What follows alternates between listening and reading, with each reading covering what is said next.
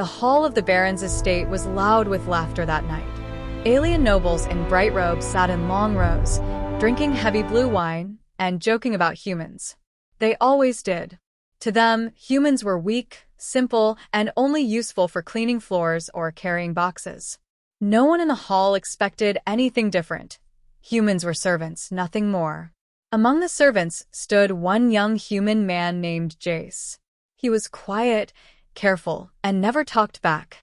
He did his work honestly, even when others mocked him.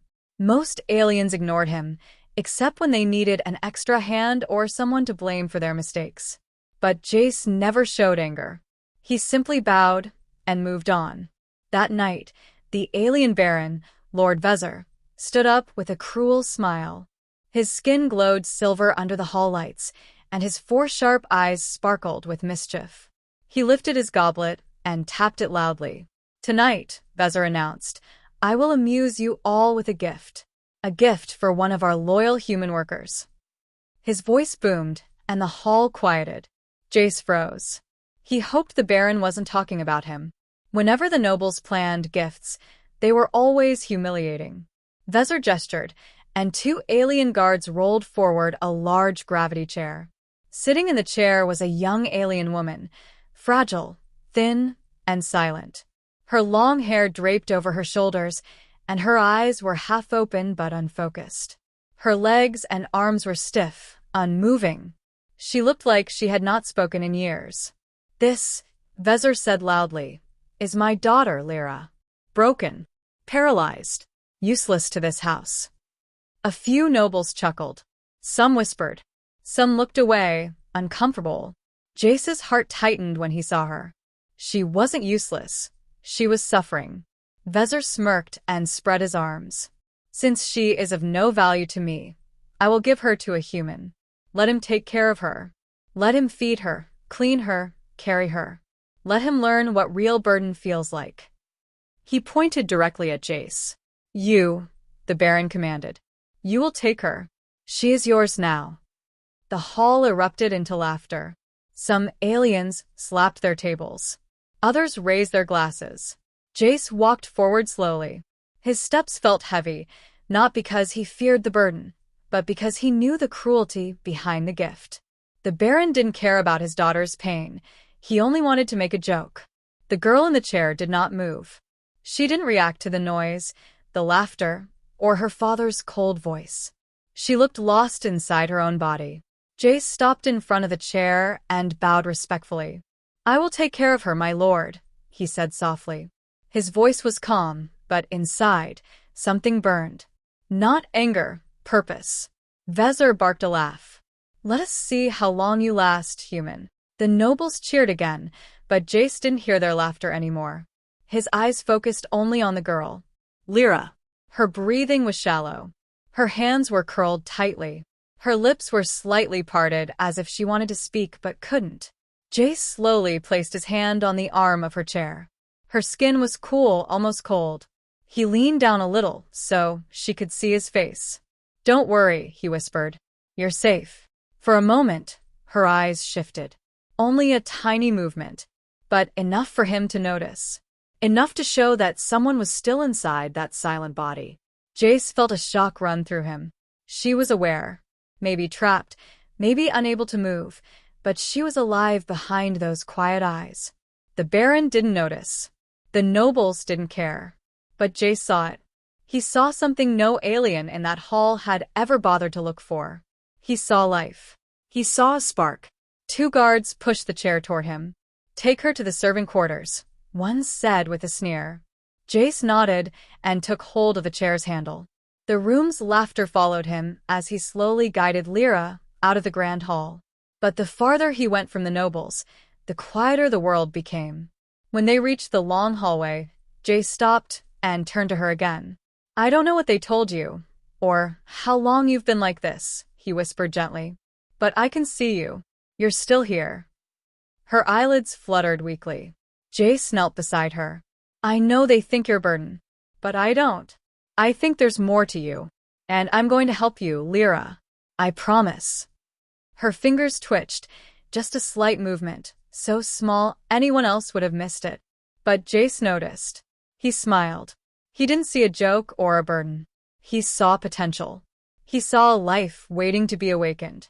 And as he pushed her chair deeper into the quiet halls of the estate, he felt something inside him grow stronger, a determination he had never felt before.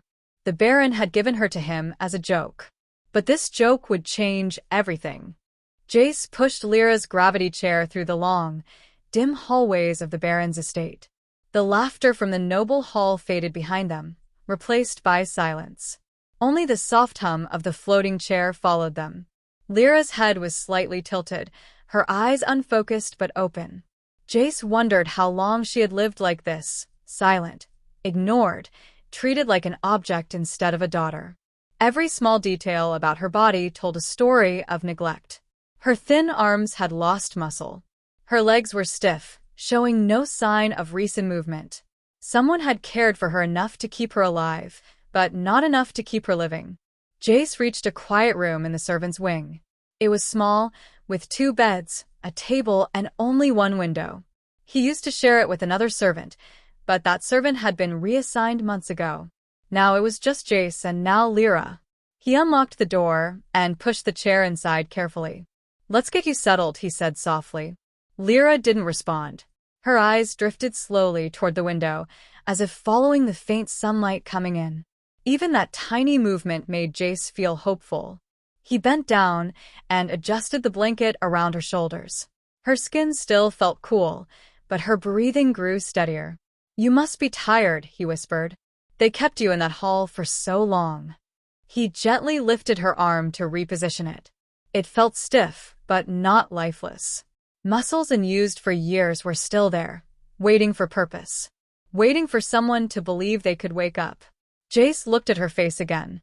Her expression didn't change, but something about her eyes felt different. Not empty, not gone, just quiet, like a girl trapped behind a wall. He pulled a small stool close and sat beside her. "You don't know me," Jace said calmly. "My name is Jace. I'm just a servant here.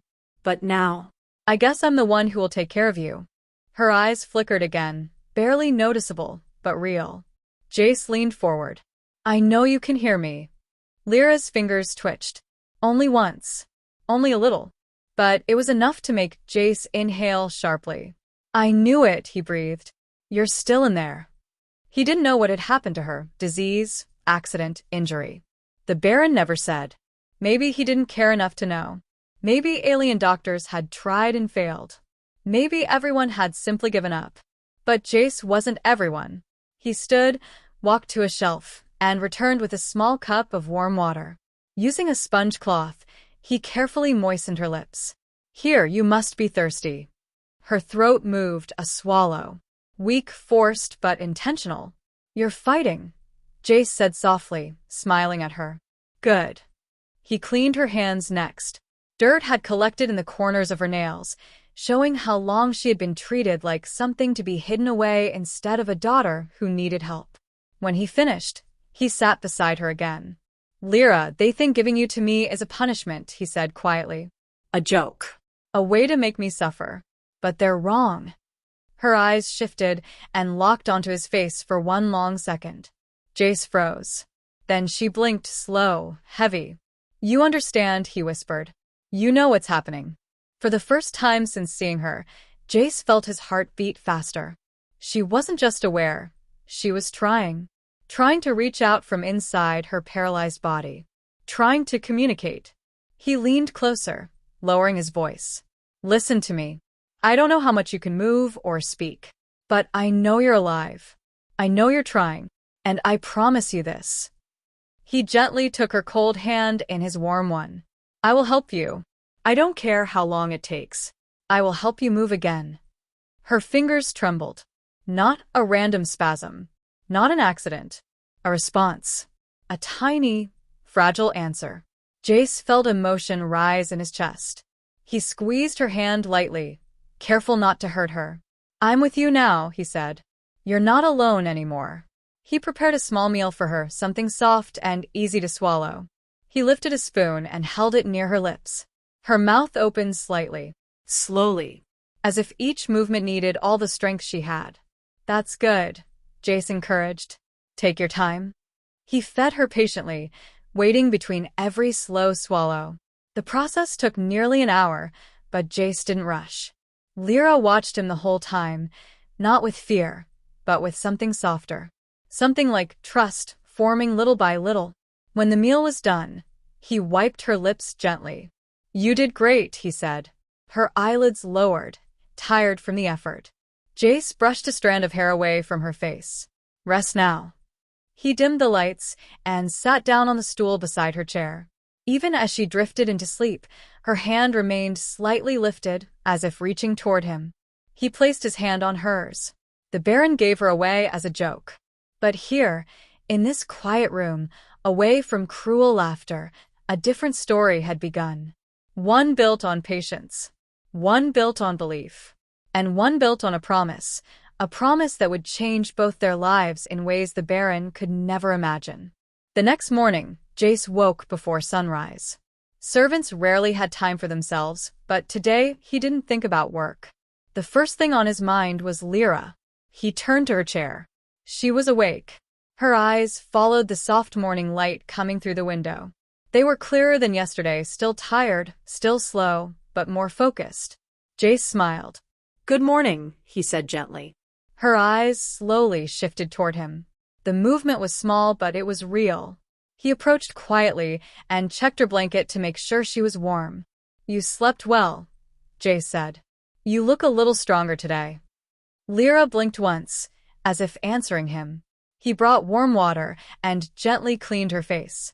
Then he washed her hands and arms, rubbing slowly to help her blood circulate. Her fingers twitched again during the cleaning, small responses, tiny sparks of life, waking inside her. You're doing better, Jace whispered. I can tell. Most aliens in the Baron's house barely looked at Jace. Even fewer noticed Lyra being moved to the servants' wing. They all assumed she would stay silent, unmoving, forgotten. But they didn't know what Jace knew. The girl wasn't gone. She was just trapped. After finishing her morning care, Jace sat on the stool and looked into her eyes. I want to try something, he said softly. If you understand me, try to move your hand a little. He waited. At first, nothing happened. Then, slowly, so slowly, he almost doubted himself, her index finger curled. Only a few millimeters. But enough to make Jace freeze. Lyra, you did it, he whispered. Her eyes widened a tiny bit, as if she was trying to show emotion. For her, even that tiny change was a great effort. Jace placed his hand under hers without touching at first. Try again, only if you can. She tried. This time her finger moved a little more. A small, weak, shaky movement, but a movement. Jace felt warmth spread through his chest. Not pride for himself, but joy for her. For the first time, someone was witnessing her strength, not her weakness. You're incredible, he said. I knew you were still fighting. He wanted to help her more. But he had to be careful. If he pushed too hard, he could hurt her fragile body. So he started simple physical therapy, slow, gentle stretches. He lifted her arms slightly. It was stiff, but not completely frozen. Tell me if this hurts, he whispered, even though he knew she couldn't speak. But he watched her face for any sign of pain. No change. He continued, moving slowly, supporting her elbow. Lyra's breathing stayed calm. After a few minutes, he set her arm down. You're doing great, he said. Then he moved to her legs. They were the stiffest, but he didn't force anything. He only massaged the muscles lightly, trying to wake them. When he pressed gently above her knee, her toes moved. Jace stared. Was that you? Her toes moved again, barely, like a quiet whisper from her body. That's amazing, Lyra, he said softly. You're stronger than they think. Stronger than they could ever imagine. He worked slowly for nearly an hour. When he finished, Lyra's eyes were half closed from exhaustion, but not from pain. Her breathing was smoother, calmer. You're tired, he said. Rest a little. Before she rested, she lifted her finger again, just a small movement. This time, Jace realized she wasn't just testing strength. She was trying to communicate, trying to thank him. Jace swallowed hard. He leaned closer.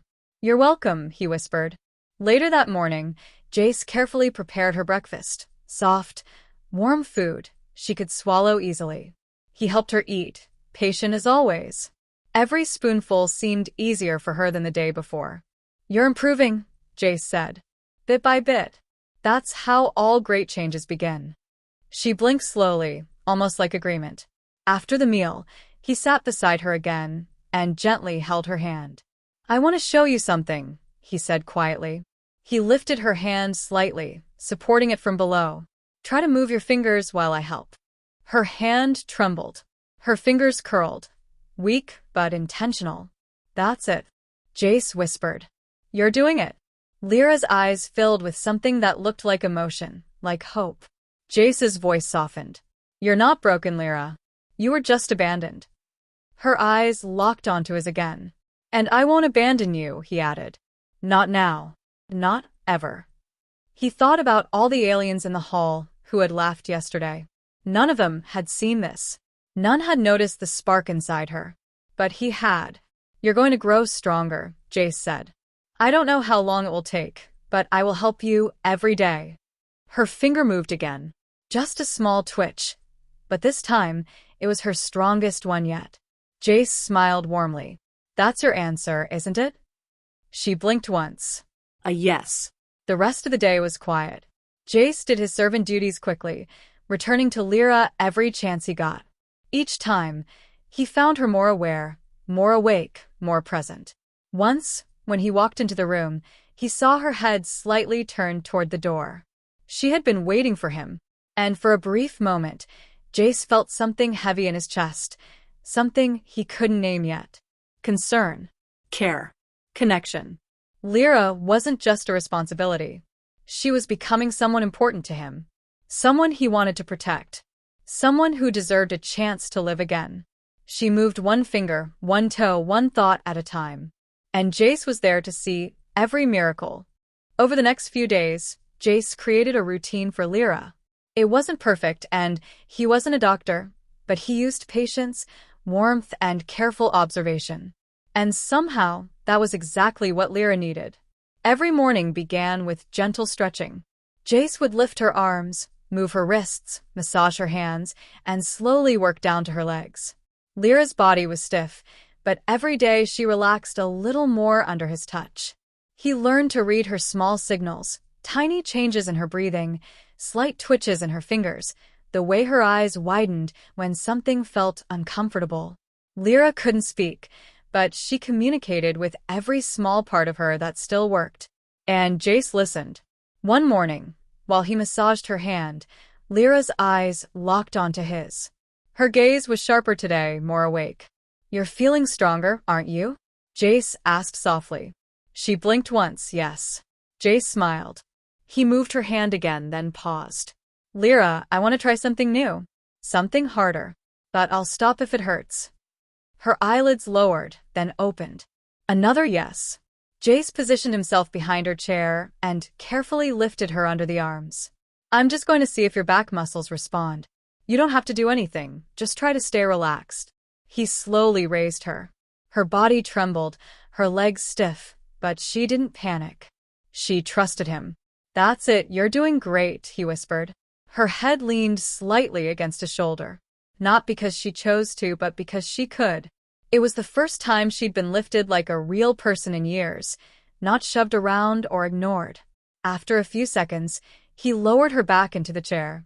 She was tired, but her eyes glowed with pride. You stood for a moment, Jace said softly. I know it doesn't feel like much, but it's a big step. Her finger twitched. Another yes. Later, during her second stretching session of the day, something happened that made Jace stop breathing for a second. He held her hand lightly and said, Lyra, try to move your arm. Just a little. He waited. Her fingers moved. Then her wrist. Then, slowly, her arm lifted a few centimeters. Jace's eyes widened. Lyra, are you doing that? Her arm shook, fighting weakness and gravity, but it stayed lifted. Tears formed in Jace's eyes. You're amazing. Her arm fell gently back onto the blanket, exhausted. But in her eyes, the spark of pride was unmistakable. Jace sat on the stool beside her, overwhelmed. You've been trapped like this for so long, but you never gave up. I can't believe how strong you are. Lyra blinked once, slow and warm. Her body couldn't smile, but her eyes did. By the 5th day of training, Lyra's improvements were impossible to deny. Her fingers moved regularly. Her toes twitched on command. She could lift her arms slightly when supported. She could turn her head an inch to the side. But most surprising of all was how she reacted emotionally. When Jace entered the room, her eyes always followed him. When he spoke, her eyelids moved with intention, responding to questions. If he left too long for servant work, she grew restless and tense until he returned. It was connection. Real, deep connection. One evening, after a long day, Jace sat beside her with a sigh. You're working hard, he said. But I think we should try one more thing before bed. Lyra's eyes stayed on him, waiting. Jace carefully moved her chair closer to the bed. Then he gently slid his arms under her again, lifting her from the floating seat. She was light. Too light. Years of stillness had taken most of her strength. He held her carefully and lowered her onto the soft bed. Her breathing quickened. Fear? Surprise? Or something else? He smoothed the blanket over her. You're okay. You're safe. Her fingers curled. He sat beside her bed. Lyra, I want you to try to move your leg toward me. Just a tiny bit. She focused. Her leg trembled. Then it shifted. Barely an inch. But it moved. Her eyes widened in shock at her own success. You did it, Jace whispered loudly. Lyra, you moved your leg. Her breathing sped up, not from fear, but from excitement. From hope. She had done something she probably believed she would never do again. Jace gently placed his hand on her foot. We're going to make more progress. One small movement at a time.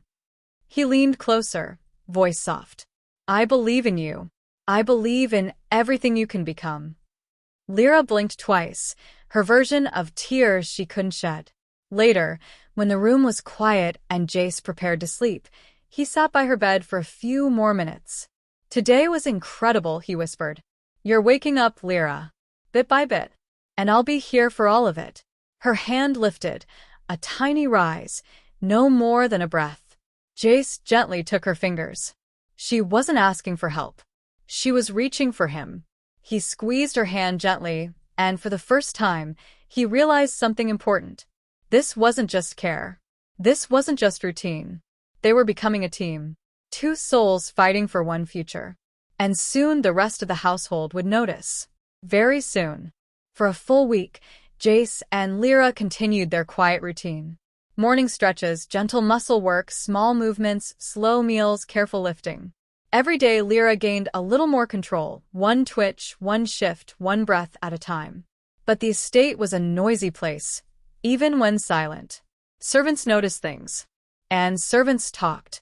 One morning, as Jace carried fresh water back to his room, two alien servants whispered near the hallway. Did you hear? The tall one said. The Baron dumped his paralyzed daughter on a human. Yes, yes, the other replied. A cruel joke. Humans break so easily. They snickered. Jace stiffened but said nothing. He walked past them quietly, head down. But inside, something tightened. He returned to the room and shut the door softly. Lyra was awake. She always woke when she sensed him returning. Her eyes moved toward him, and he instantly relaxed. You don't need to worry, Jace said gently. They don't know you're getting stronger. Her eyelids lowered slowly. Yes, or maybe relief. He placed the water bowl on the table and sat beside her. But soon, someone will notice. And I don't know how the Baron will react. At the mention of her father, Lyra's fingers twitched sharply. Not fear. Not pain. Anger. Jace noticed. You don't trust him. She blinked once. Strong. Firm. Jace nodded. I understand. That afternoon, Jace helped her practice lifting her arm again. It shook violently, but it rose. Higher than yesterday. Higher than ever before. That's perfect, Lyra, he said softly. Her eyes shined with determination. Sweat formed on her forehead. Her breath came short and fast. Okay, rest now, Jace quickly said, lowering her arm back down. He wiped her forehead gently. Her fingers brushed his wrist, this time on purpose. A thank you. He smiled at her warmly. You're welcome. They practiced simple movements after that, turning her head slightly, curling her toes, moving her shoulders. Every attempt drained her energy quickly, but her spirit never dimmed. She was a fighter. A silent one. A hidden one. But a fighter. Later that day, as Jace cleaned her blankets, someone knocked sharply on the door. Jace froze. He opened the door carefully. It was the head servant, an older alien with sharp yellow eyes and a slow smile that never reached them. Human, the head servant said, voice cold. Is the girl alive? Jace's heart pounded. Yes, master. She is resting. Good, the alien hissed. The Baron wishes to know if she has completely stopped moving. Jace felt something cold run down his spine. Completely stopped moving? Was that what they were waiting for? The head servant leaned closer. The Baron says if she becomes a burden, you must inform us immediately. We can dispose of her properly. Jace almost lost control of his breath. Dispose like trash. Behind him, Lyra's eyes widened in fear. Yes, master, Jace said quietly, forcing calmness. I will inform you. The head servant sniffed the air, suspicious, then turned and left. Jace shut the door slowly and leaned against it. Lyra's hand trembled. He rushed to her. Hey, it's okay, he whispered. I won't let them touch you. Her breathing was fast and uneven. Fear. Real fear. He placed one hand gently on her cheek. Listen to me, Lyra. You're safe with me. I won't tell them how strong you're becoming. Her eyes softened. Calm returned slowly.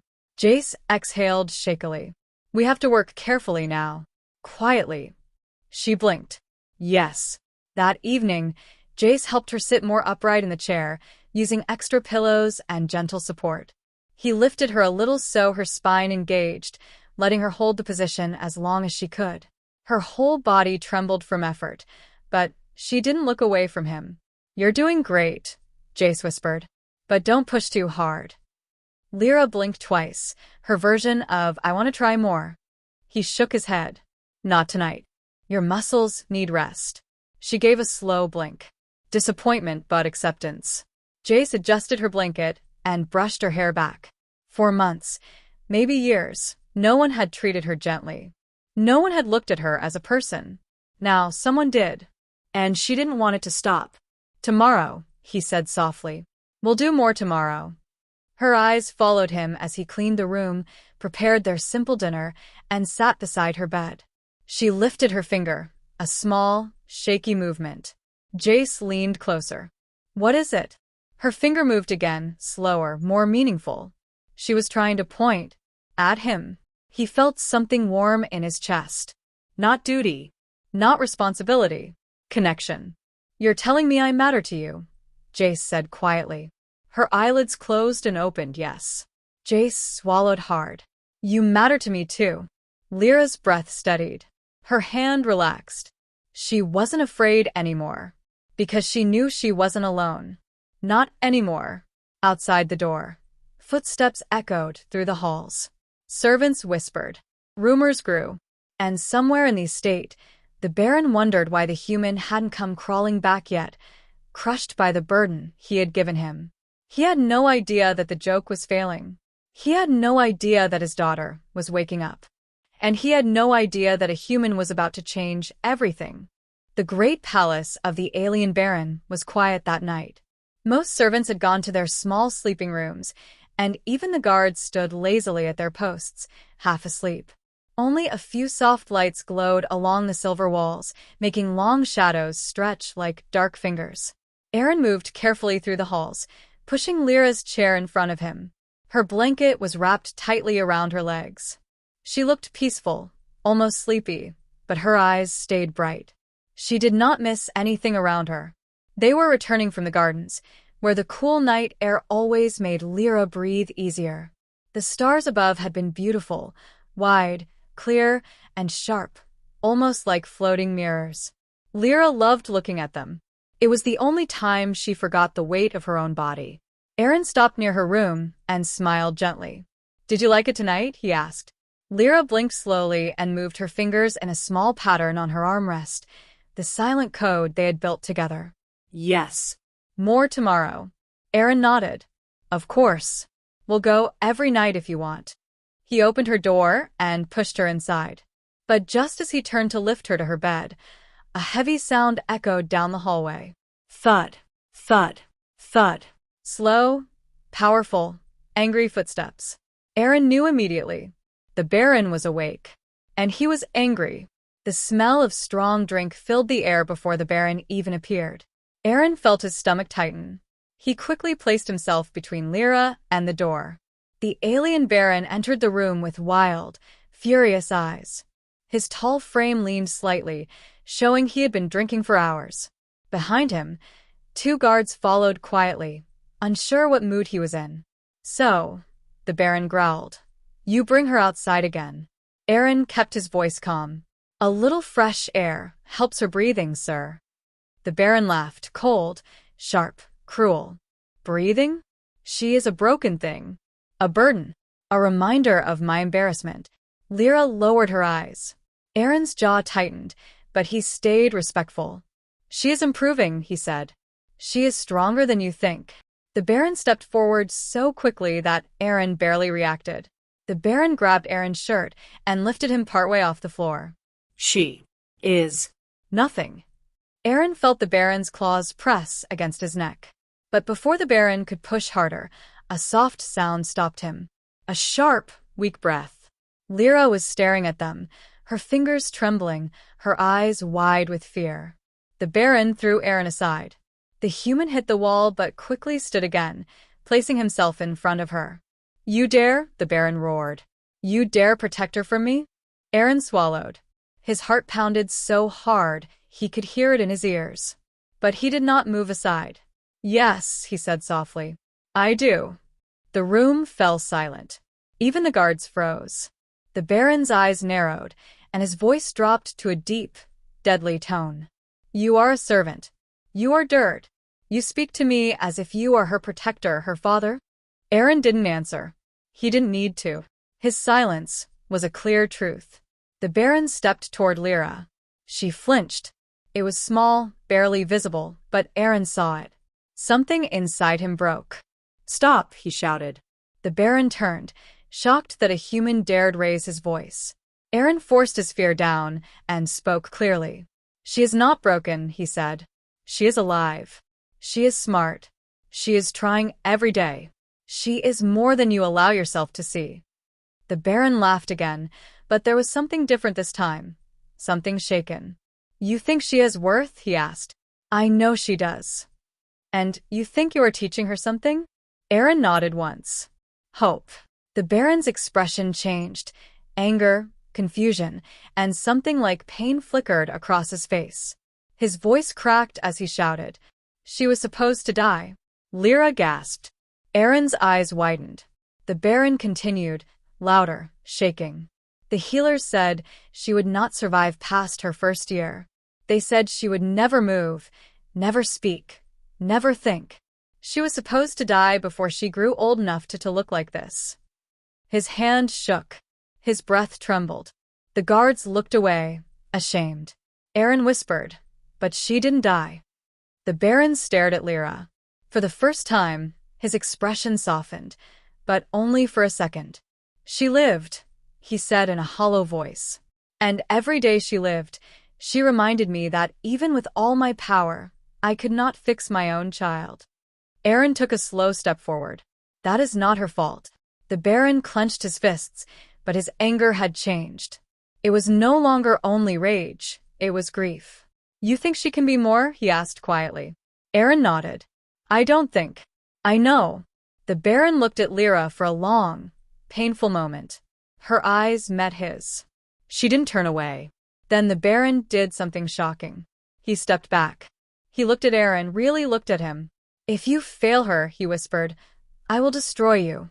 Aaron bowed his head. "I won't fail."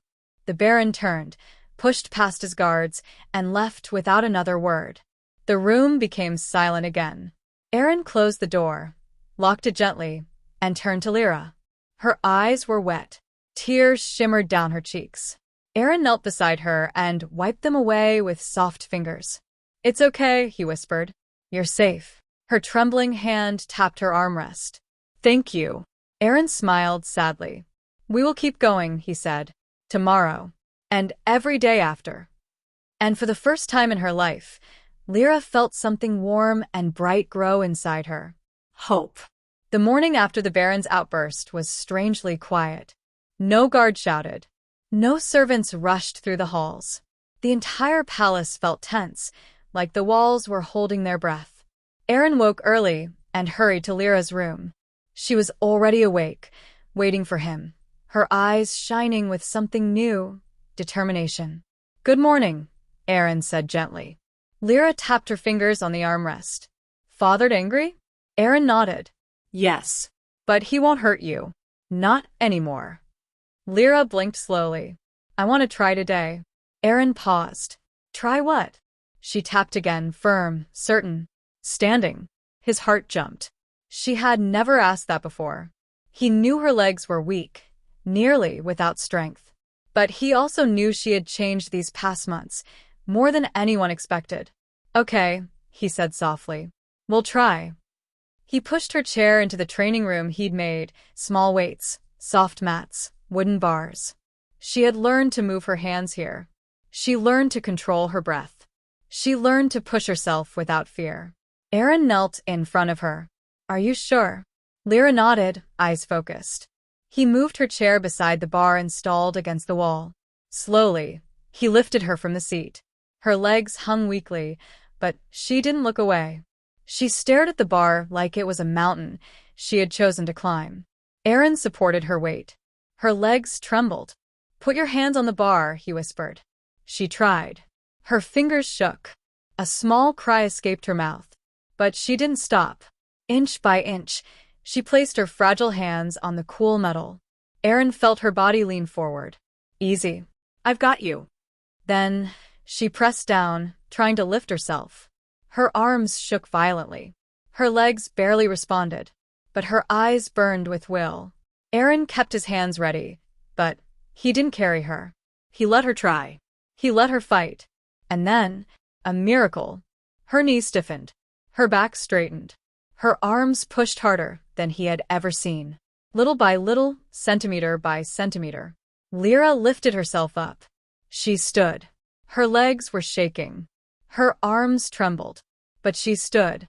Erin felt his breath stop. Tears filled his eyes before he could control them. "You're doing it," he whispered hoarsely. "You're really doing it." Lyra's face flushed with effort, tears sliding down her cheeks, but she was smiling. A wide, bright smile. Her first real smile. A sound echoed from the doorway. Erin turned. The alien Baron stood there.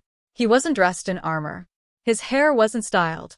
He looked like a normal man, tired, confused, unsure. He had come silently, maybe out of curiosity, maybe out of guilt.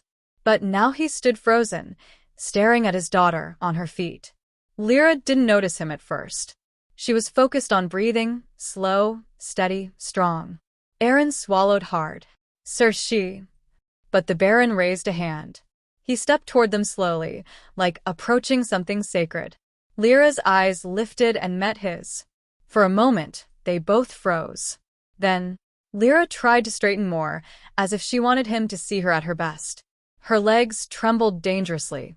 Erin reached out, ready to catch her. But Lyra refused. She held herself up, even if it was only for a few seconds. The Baron stood in front of her, breathing hard. "You're standing," he whispered, voice shaking. Lyra blinked and tapped the bar with one finger. Yes. The Baron pressed a hand to his mouth, trying to hide the crack in his expression. His eyes filled with a shock he couldn't control. How? How is this possible?" Erin spoke softly. Because she never stopped trying. She never wanted to give up. Lyra lowered herself back down into Erin's arms, her strength spent. He placed her gently into her chair. The Baron knelt, actually knelt, beside her. "I'm sorry," he whispered. Lyra's eyes widened. She had waited years, her whole life, for those words. The Baron continued, voice trembling. I didn't know. I didn't let myself believe you could be more. I failed you. Lyra moved her hand, slowly, painfully, and touched his wrist. The Baron froze. Her fingers tapped softly. I forgive. Those two silent words broke him. His shoulders collapsed, and he pressed his forehead against her hand, shaking with quiet sobs. Aaron turned away, giving them privacy, but he could still hear the Baron whispering over and over. I will do better.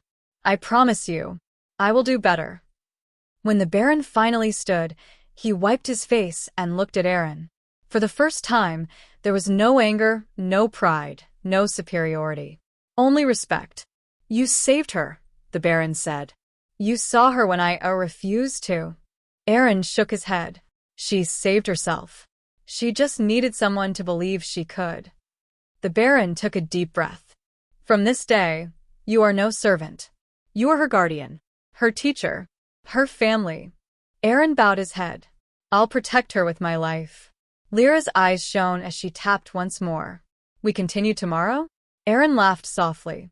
Yes. We continue tomorrow. The Baron smiled. Something rare, something real.